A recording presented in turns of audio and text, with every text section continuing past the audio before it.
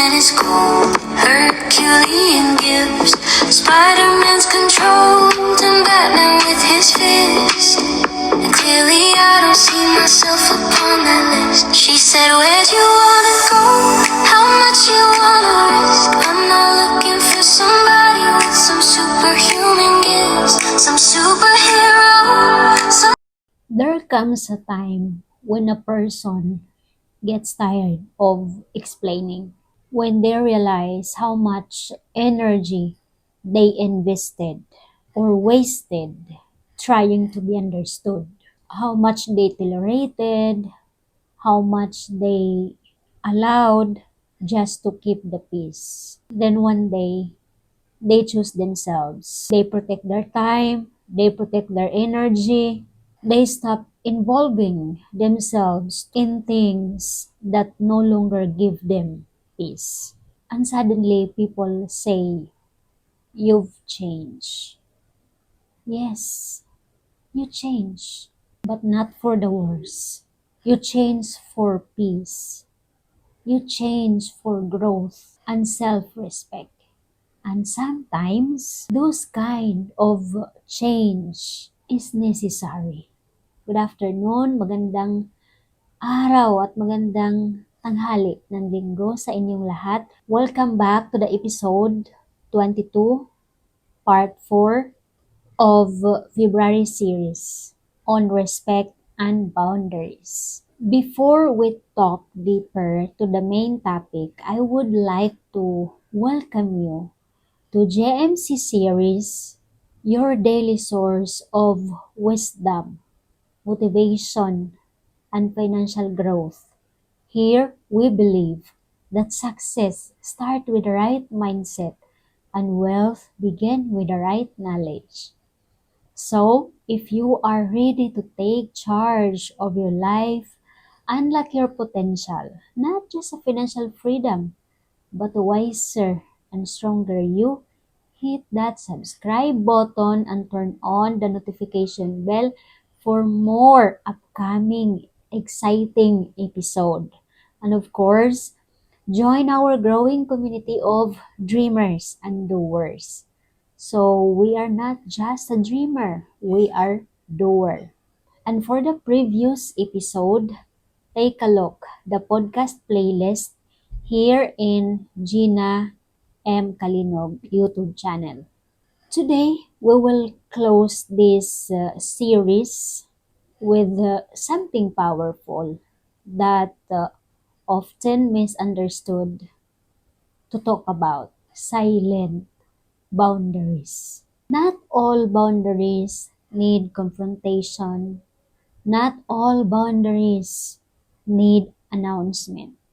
And not all boundaries required explanation. And sometimes, the strongest and loudest boundary, it's not about what you say, but what you quietly stop allowing. Silent boundaries are the decision we make inside, internally. Diba? Kapag napapagod na tayo at minsan kapag tumatanda na tayo, lahat tayo ay nangangailangan ng boundaries. Yung kumbaga, yung soul natin ay parang naghahanap ng katahimikan. Naghahanap ng tahanan na tahimik. So, yung tahanan na tahimik ay yung puso natin. What we feel inside. So, yung tunay na tahanan natin, it is about how we think. It is about our thoughts and mind. At syempre sa puso natin. Na kahit gaano kalaki ang bahay o kahit gaano kadami ang mga tao na nakapaligid sa iyo, sumusuporta sa iyo, kung sa kaloob-looban mo ay wala kang peace of mind, kung wala kang kapayapaan sa loob, useless lang yung mga bagay na meron ka. Kasi hindi ka magkakaroon ng time or moment na i-appreciate kahit gaano pa kahalaga yung bagay na yon, kahit gaano mo pa pinaghirapan na yon, kung wala kang peace, hindi ka masaya internally, all those things are nothing.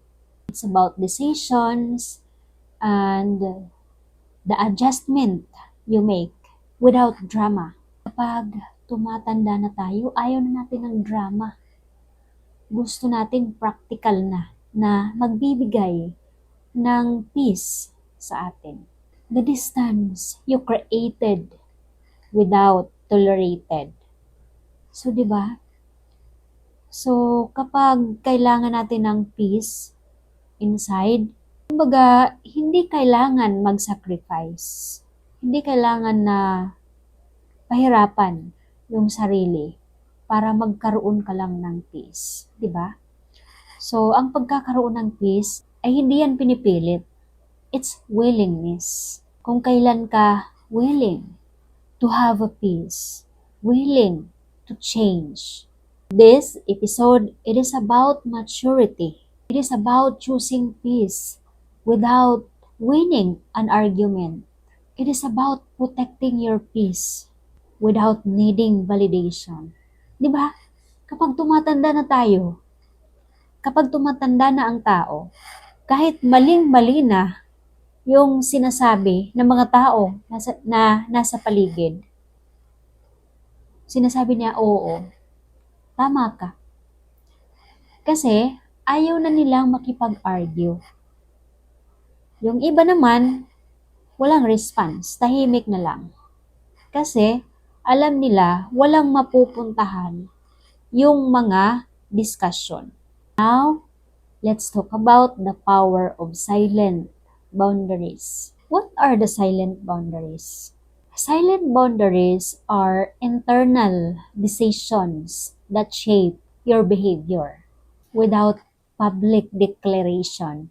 And these are reducing access instead of confrontation, stepping back instead of reacting, choosing not to engage instead of explaining. These are not passive aggregation.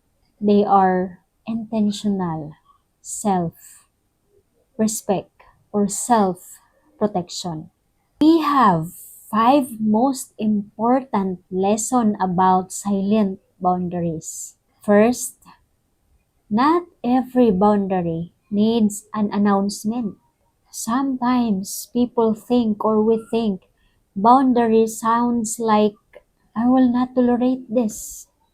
But you know, maturity understand that sometimes the best response is adjustment, not argument. Diba?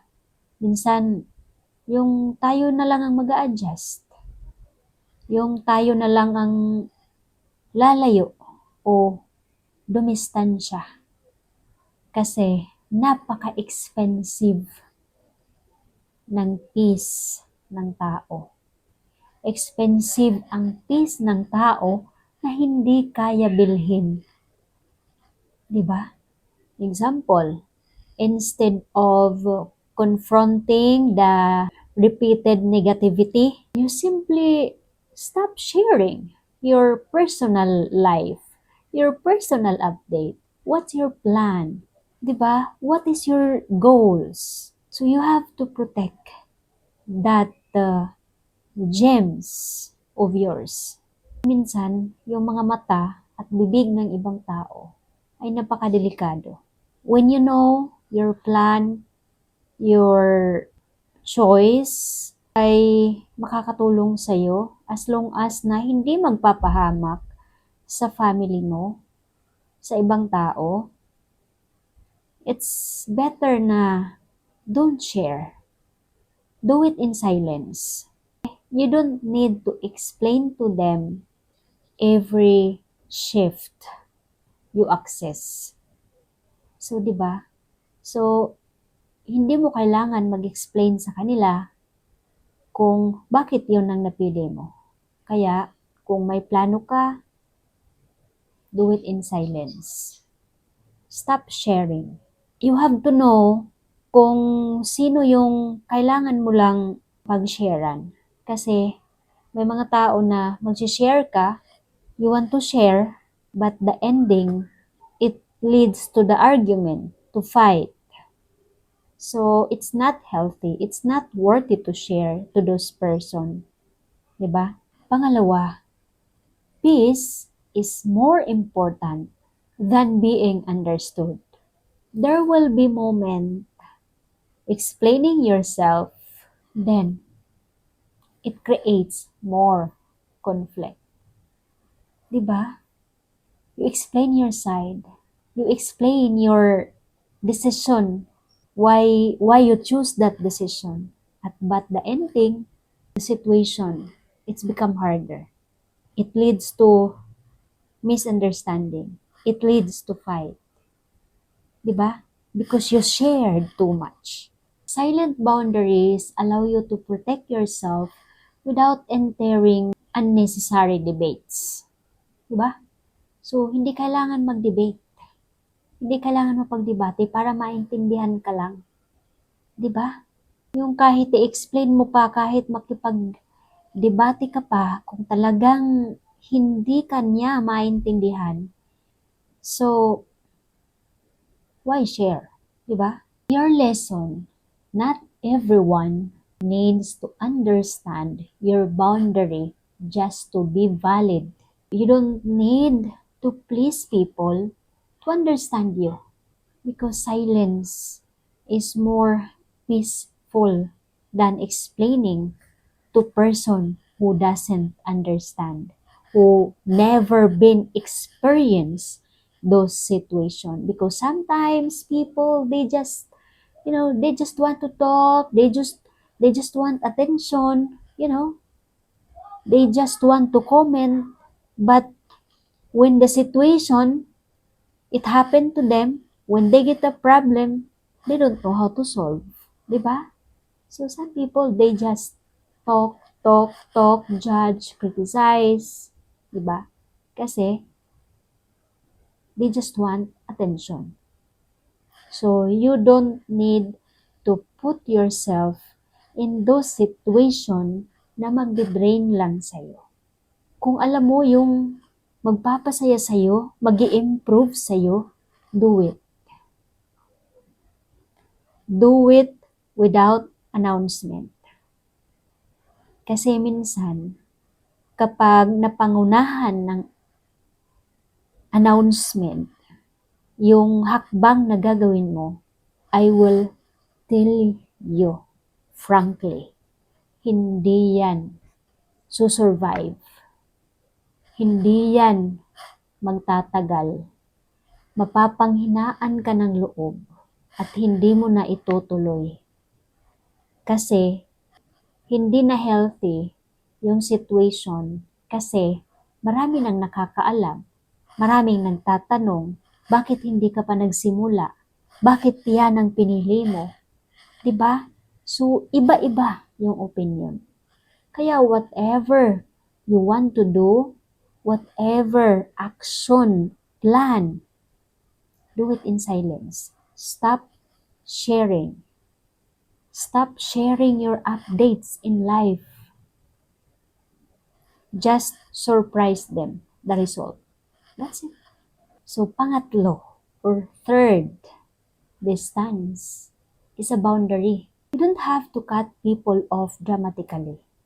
Sometimes, the boundaries, it comes from fewer conversations, less emotional availability, less time, less exposure. The more you share, the more time, the more you expose, it will lead to misunderstanding.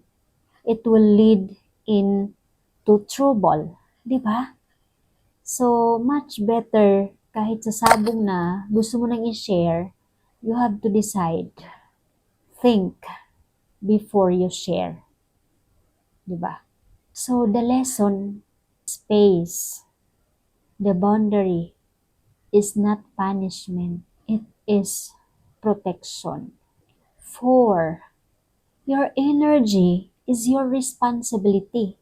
You cannot control how people act, but you can control how you respond, how much access they have, how much energy you are going to invest, or how long you want to stay in draining situation, di ba?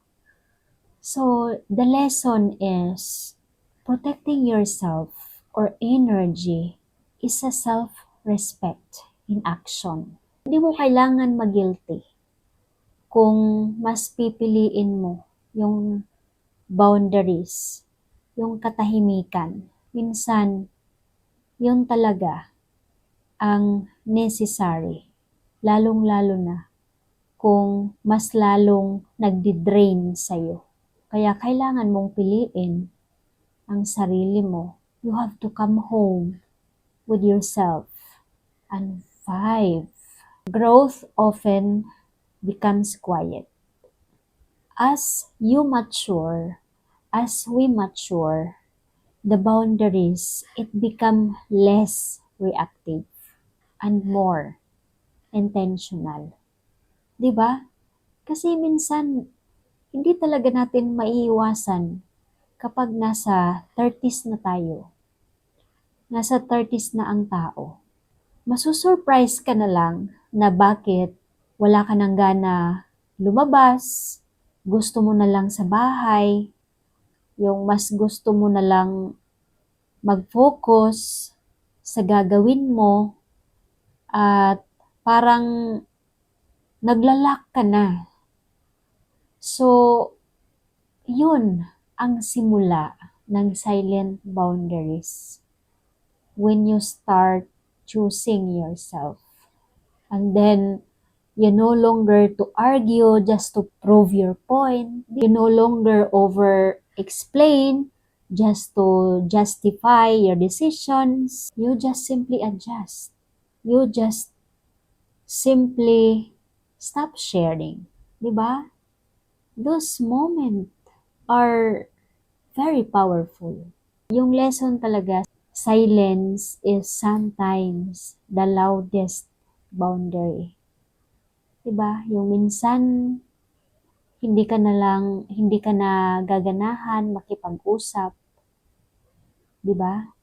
Minsan, mas gustuhin mo na lang humiga, matulog, mapag-isa. And as we end this episode on respect and boundaries, I want you to remember this.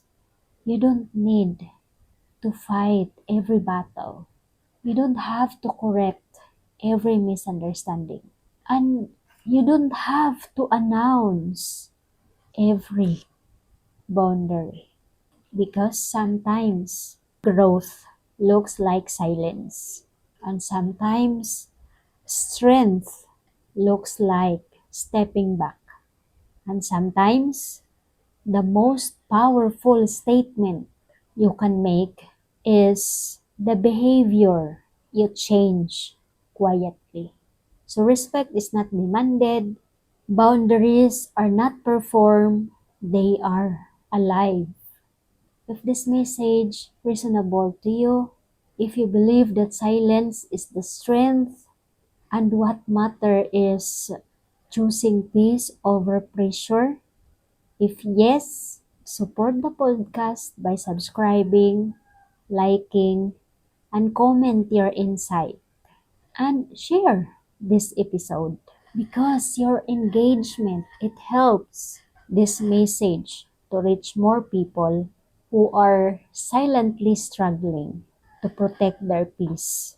Thank you for being here. Thank you for choosing growth.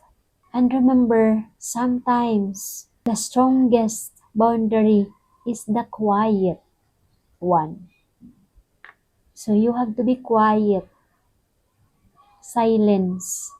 This is Gina Kalinog reminding you, keep pushing forward, keep learning, and keep growing because your future is built today. See you sa next episode.